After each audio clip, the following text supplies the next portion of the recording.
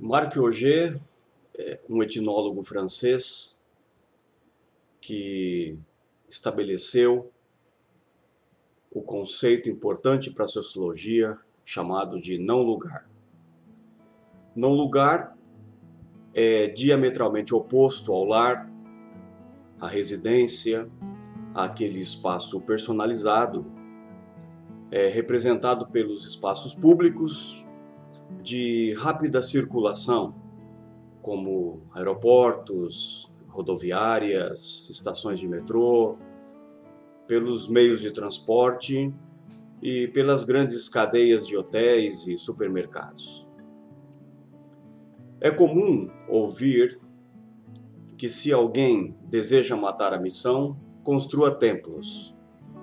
De fato, temos alguns exemplos no Brasil de igrejas que abriram mão de seus templos tradicionais e se estabeleceram em outros lugares, dando uma cara mais de peregrina, como tendas, hotéis, escolas. É a igreja que define a missão ou é a missão que define a igreja? Os templos hoje, em sua vasta maioria, estão a serviço da missão ou a missão está a serviço dos templos? A ênfase maior hoje é centrípeta, de fora para dentro, ou centrífuga, de dentro para fora? Espera-se que a igreja vá até as pessoas ou que as pessoas venham para a igreja? As respostas para essas perguntas passam também pelo entendimento do papel e da função do templo. Usando, portanto, a linguagem de Marc Augé, lugar está relacionado com três dimensões. São identitários, 2, históricos, 3, relacionais. Diferentemente dos não-lugares, são caminhos, estradas. Os lugares implicam em ambientes de pertencimento, que os não-lugares são espaços de acesso, de movimento, trânsito, passagem, como os aeroportos, os bancos, shoppings e supermercados. Nestes, a pessoa é cliente consumista, passageiro ouvinte, numa relação individual. Marc Augé fala do lugar antropológico simbólico, marcado pela identidade, ou seja, sua pessoalidade, a relação, ou seja, seu grupo social, e a história comum, ou seja, o seu destino. Assim, o não-lugar caracteriza-se pela ausência desses símbolos. Negar o lugar é negar esses símbolos. Pensando nos dias atuais e nos templos urbanos, como poderíamos caracterizar esse espaço?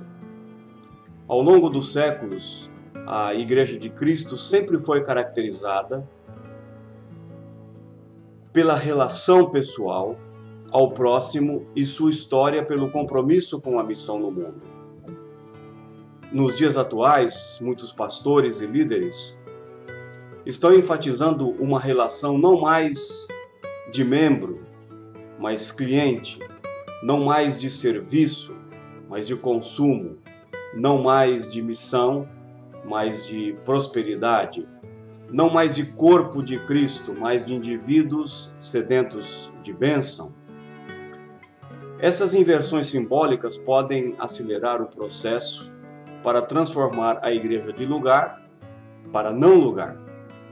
A igreja não lugar deixa de ser um caminho para se transformar em uma autopista de indivíduos que querem sair de um ponto para o outro. Corre o risco de se tornar um espaço de passagem impessoal, individual, marcado pelo marketing, vendedora de bens e consumos espirituais. Que diferença faz uma pessoa entrar em uma igreja nesse estilo e entrar em um supermercado, se ambas são clientes?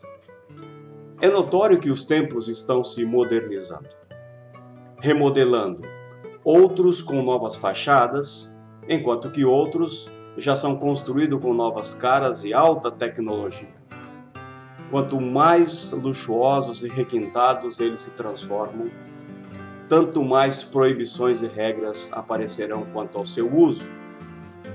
Alguns pensam mais no templo para se fazer casamentos, grandes celebrações, e pouco se pensa nos pobres, nos destituídos e nos miseráveis da sociedade. Quão fácil é deturparmos os propósitos de Deus para os nossos templos.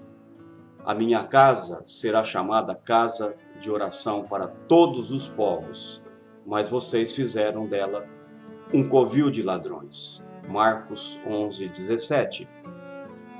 De casa de oração para a casa de malandros. Que tragédia! E como tem ladrões mercadores eclesiásticos hoje em dia?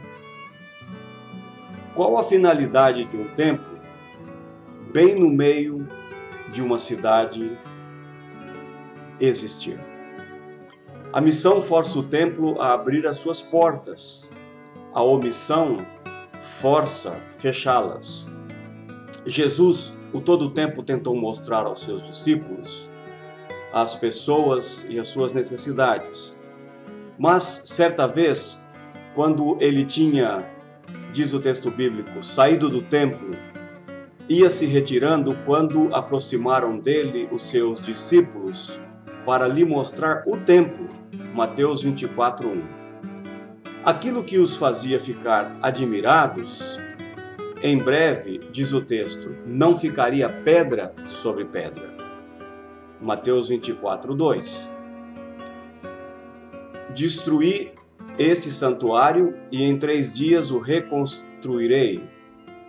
João 2:19. Um novo templo estava emergindo na cidade. Qual? O santuário do seu próprio corpo, diz João 2:21. A missão sai de uma geografia estática para vidas dinâmicas. Será que, como os coríntios, nos esquecemos ou ainda não nos conscientizamos que somos santuário, templo de Deus e que o Espírito de Deus habita em nós? Se alguém destruir o santuário de Deus, Deus o destruirá, pois o santuário de Deus, que somos nós. Este sim, diz o texto, é sagrado.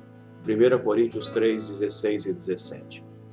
Por isso, quando o Espírito Santo desce, ele enche de poder esse novo santuário sagrado. Nós. O templo se fez povo. Esse é o templo que o mundo urbano precisa se admirar e ver. As pedras vivas, como diz 1 Pedro 2,5. E é melhor nos acostumarmos, porque no City Tour que João fez na Nova Jerusalém, ele relata o seguinte: não vi templo algum na cidade, pois o Senhor Deus Todo-Poderoso e o Cordeiro são o seu templo. Apocalipse 21:22. Se somos um santuário sagrado, bem no meio da cidade e para a cidade, certamente seremos sempre ambiente para que a graça e o amor de Deus possam ser manifestados.